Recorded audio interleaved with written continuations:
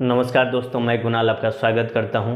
ये हमारे पर्यावरण के सीरीज का 23वां वीडियो है और जलवायु परिवर्तन का चौथा भाग है। और आज का टॉपिक है जलवायु परिवर्तन शमन के कुछ उपाय, कार्बन शमन की नीति और कार्बन क्रेडिट। इससे पिछले वाले अध्याय में हम लोगों ने आईपीसीसी के संबंध में अध्ययन किया था। आईपीसीसी की 5वीं और 6ठी रिपोर्ट के साथ साथ हम लोगों ने आईपीसीसी के अनुसार जलवायु परिवर्तन के प्रभावों का अध्ययन किया था।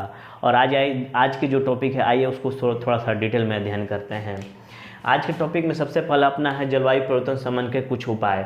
जलवायु परिवर्तन की गति को कैसे कम करें, इसके अंतर्गत हम लोग सबसे पहले देखेंगे जो भी जलवायु परिवर्तन की गति हो रही है उसको कम कैसे करें। CO2 के उत्पादन कम करने के उपाय को कैसे कम करें, यानी कि CO2 के उत्पादन से जलवायु परिवर्तन बहुत तीव्र गति से होता है। इसके CO2 के उत्पादन को कम कैसे करें इसको देखेंगे। जो CO2 पहले से मौजूद है उसको नियंत्रित कैसे करें। इसके CO2 को नियंत्रण से जलवायु परिवर्तन के शमन में कुछ हमें मदद मिलेगी। तो सबसे पहले हम लोग देखते हैं CO2 के उत्पादन को कम करने के उपाय क्या क्या हो सकते हैं। तो सबसे पहले अपना ऊर्जा आपूर्ति। जो सबसे ज़्यादा CO2 का उत्पादन ऊर्जा प्राप्त करने के लिए हो रहा है, यानी कारखानों के लिए, और कारखानों के ऊर्जा आपूर्ति के लिए ईंधन, बिजली की ज़रूरत पड़ रही है। तो इसके लिए हमें CO2 का इसके लिए हमें ऊर्जा की ज़रूरत पड़ेगी। इस कारण से क्या हुआ कि ऊर्जा के उत्पादन में सबसे अधिक CO2 का उत्पादन हो रहा है। ऊर्जा इसके लिए हम लोग क्या करेंगे, ऊर्जा के उत्पादन एवं दूसरों तक पहुँच को प्रौद्योगिकी के माध्यम से कुशल बना दिया जाए। और क्योंकि ऊर्जा के उत्पादन के जो तरीके हैं उन्हें बदल दे तो CO2 के उत्सर्जन में कमी आ सकती है। उसके बाद देखेंगे बिजली के उत्पादन के जो तरीके हैं उसमें बदलाव लाना होगा, क्योंकि ऊर्जा है ऊर्जा का नवीनीकरण कर दिया जाए, यानी कि सौर ऊर्जा, पवन ऊर्जा, तरंगी ऊर्जा, परमाणु ऊर्जा के माध्यम से अपने बिजली की आपूर्ति पूरी की जाए, जिससे क्या होगा, CO2 का उत्पादन नहीं होगा, क्योंकि इसमें सौर और पवन, तरंगी और परमाणु ऊर्जा के उत्पादन में CO2 का उत्पादन नहीं होता है। बिजली के वितरण में 15 से 20% ऊर्जा नष्ट होती है। इसके वितरण प्रणाली में बदलाव कर बचाया जा सकता है, यानी कि जब हम लोग बिजली का वितरण करते हैं तो वितरण के दौरान उसके लिंकेज में गड़बड़ी होने के कारण 15 से 20% बिजली का नुकसान होता है। तो उस 15 से 20% बिजली को बचा लेंगे तो CO2 का उत्पादन अपने आप थोड़ा कम हो जाएगा।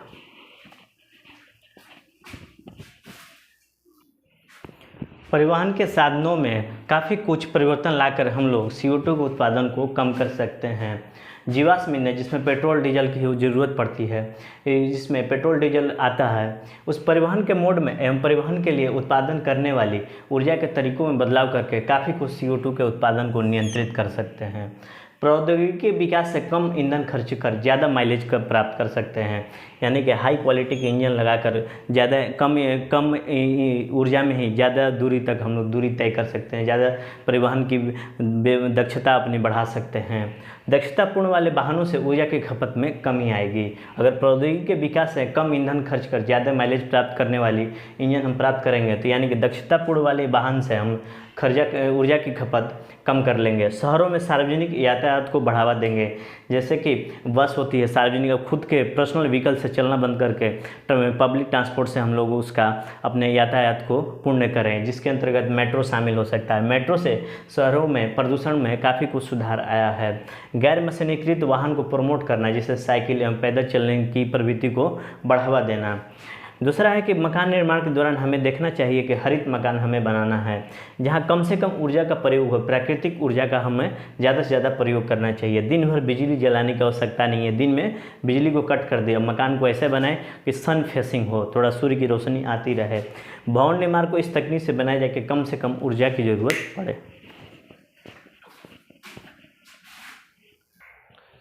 कृषि के क्षेत्र में सुधार करके हम लोग CO2 के उत्पादन को कम कर सकते हैं।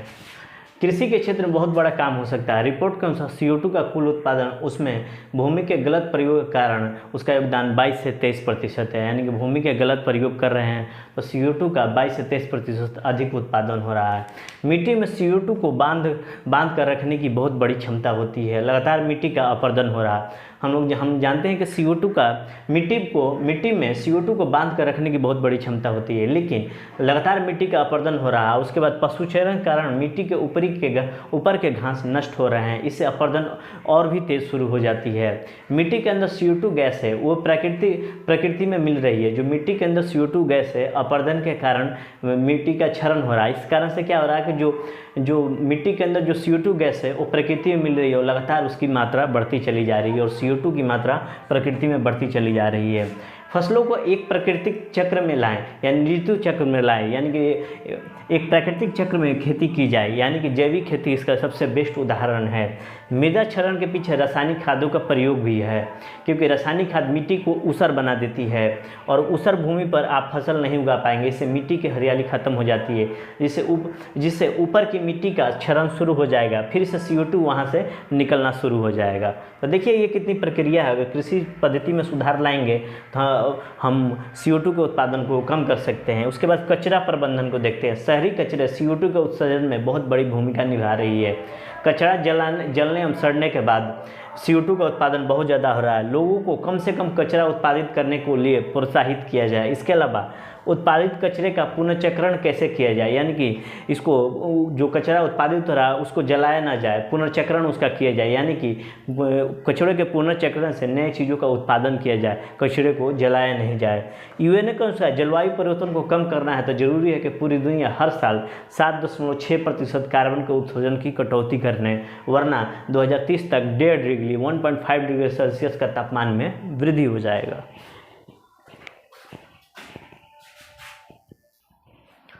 कार्बन शमन की रणनीति, कार्बन मिटिगेशन स्ट्रेटजी। कार्बन शमन की कुछ नीतियों के अंतर्गत देखेंगे जो कार्बन उत्सर्जित हो चुका है उसको कैसे कैप्चर करेंगे, कार्बन को कम करने के उपाय, यानी कि कार्बन शमन के अंतर्गत जो कार्बन उत्सर्जित हो गया है उसको कैप्चर करना, तथा कार्बन जो पहले से उत्सर्जित हो गया है उसको कम कैसे करेंगे धीरे धीरे। ठीक है। कार्बन अधिग्रहण, कार्बन सिक्वेंशन, वातावरण से CO2 की मात्रा को अधिग्रहित करना या पकड़ना कार्बन अधिग्रहण कहलाता है। कार्बन प्रबंधन की नई तकनीक है, ये फिलहाल बहुत प्रचलित एवं उपयोगी सिद्ध हो रही है। तकनीक के माध्यम से वातावरण में मौजूद कार्बन या कार्बन के रूप को पकड़ना होता है। पकड़ने के बाद उसे लंबे समय तक संग्रहित करके रखा जाता है ताकि वायुमंडल में या वातावरण में फिर वापस लौट ना जाए।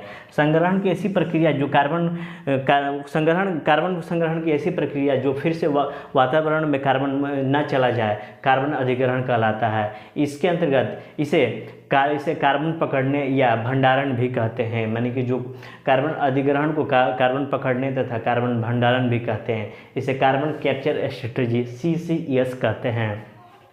CCS में CO2 की गैसों को भू यांत्रिक तकनीक के माध्यम से उन स्थानों पर पकड़ा जाता है जहां ये बहुत ज़्यादा मौजूद होता है, जैसे कि थर्मल पावर स्टेशन या उद्योग। यहां से पकड़कर सीधे भूमि के नीचे संग्रहित कर दिया जाता है, ताकि इससे क्या होता है कि जो कार्बन है वातावरण में ना मिलता है और वातावरण में न मिलने के कारण ग्लोबल वार्मिंग कम होने लगती है। ठीक है। कार्बन सिंक एक अगला टॉपिक है। कार्बन शमन की रणनीति में कार्बन सिंक, जिसे सिंक का मतलब होता है रिसना या डूबना, वो विधि जिससे कार्बन रिस जाए और जो चीज़ कार्बन को रिसा सके उसे हम कार्बन सिंक कहते हैं। कार्बन सिंक, प्राकृतिक सिंक प्रकृति में अपने आप हो रहा है, जैसे कि वन, मृदा और समुद्र। जो प्रकृति है अपने आप कार्बन को सोख रही है, जैसे कि वन सोख लेते हैं, मृदा सोखते हैं, समुद्र। और कृत्रिम सिंक जो हम तैयार करते हैं, जैसे कि विघटित तेल के भंडार जो होते हैं वहाँ से तेल निकाले जाते थे, अब उसे खाली छोड़ देते हैं और छिद्रित चट्टानों से। ठीक है। तो ये कृत्रिम सिंक होती है। तो ये कार्बन सिंक के और कार्बन अधिग्रहण के माध्यम से कार्बन शमन की रणनीति को हम लोग सफल बनाते हैं।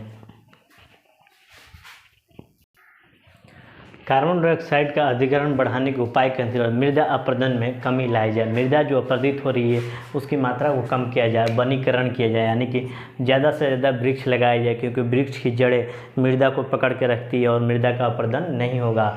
वृक्षों की कटाई पर रोक लगाई जाए ताकि अपरदन रुके। बंजर और ऊसर भूमि को हरी भरी बनाया जाए, जिससे मृदा का क्षरण रुकेगा, यानी कि बंजर और ऊसर भूमि पर फसल उगाएं, जिससे क्या होगा कि मृदा जो फसल होती है मृदा को पकड़ के रखेगी और उसका क्षरण नहीं होगा। जैव विविधता का रक्षा करें, बायोडाइवर्सिटी की रक्षा करें। पराली को मिट्टी में मिला दे, जो पराली होती है उसे हम जलाएं नहीं, मिट्टी में ही मिला दे, तो कुछ समय बाद वो सड़ गल कर खाद बन जाएगी। इस तरह से जैविक खेती हो जाएगी एवं जलने के बाद उत्पन्न CO2 का उत्सर्जन भी नहीं होगा। जो पराली जलाते हैं उससे CO2 का उत्सर्जन होता है वो भी नहीं होगा। फसल अपशिष्ट को मृदा में ही भेज दे। जो फसल अपशिष्ट होते हैं, रेजिड्यू होते हैं, उसको मृदा में ही मिला दे। मृदा के जल धारण की क्षमता को बढ़ाया जाए ताकि उसका क्षरण कम होगा, CO2 का अवशोषण ज़्यादा करेगी। वृक्ष की वृद्धि की क्षमता को बढ़ाया जाए। वृक्ष जितना बड़ा होगा उसका फैलाव होगा, CO2 का अवशोषण ज़्यादा होगा। वृक्षों की वृद्धि की क्षमता को बढ़ाना, ऐसा करके वातावरण में जो मौजूद CO2 की मात्रा है उसको नियंत्रित किया जा सकता है। ये रहा अपना कार्बन शमन के उपाय। ठीक है, तो आज भर के लिए इतना ही। आपके सहयोग के लिए धन्यवाद। नमस्कार, जय हिंद।